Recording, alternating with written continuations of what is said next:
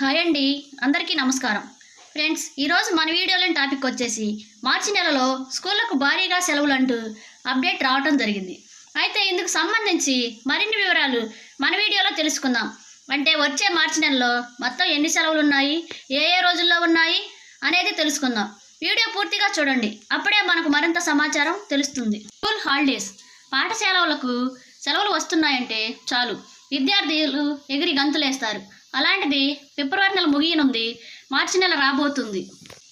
మార్చిలో విద్యార్థులకు వరుస సెలవులు వస్తున్నాయి. అందులో పండుగలు, ఆదివారాలు, రెండో శనివారాలు ఇలా ఇతర కార్యక్రమాల నేపథ్యంలో వరుస సెలవులు రానున్నాయి. అవేంటో చూద్దాం.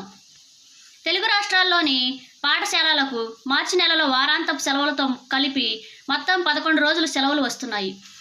ఈ 11 రోజుల సెలవుల్లో అటు పండుగలు, ఇటు వారాంతపు సెలవులు కలిపి చాలా ఉన్నాయి. మార్చి 3వ తేదీన హోలీ పండుగ సందర్భంగా తెలుగు రాష్ట్రాల్లోని పాఠశాలలకు సెలవు ప్రకటిస్తుంటాయి ప్రభుత్వాలు. అలాగే మార్చి 19న తెలుగు సంవత్సరాది ఉగాది పండుగ, దీంతో పాఠశాలలకు సెలవు ఉంటుంది. అలాగే మరుసటి రోజు మార్చి 20వ తేదీన రంజాన్ పండుగ. అలాగే మార్చి 21న శనివారం వస్తుంది. ఈ ఒక్కరోజు కొన్ని పాఠశాలలకు కొనసాగుతాయి, మరికొన్ని పాఠశాలలకు సెలవు ఉంటుంది.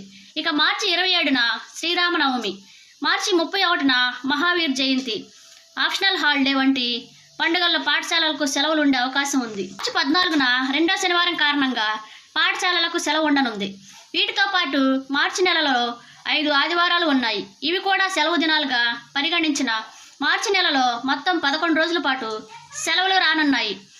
దీంతో విద్యార్థులకు పండగే పండగ.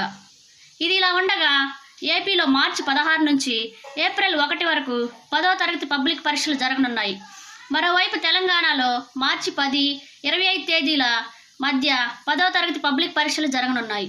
రెండు తెలుగు రాష్ట్రాల్లో ఒంటిపూట బడులు కూడా మార్చి 16వ తేదీ నుంచి ప్రారంభం కానున్నాయి.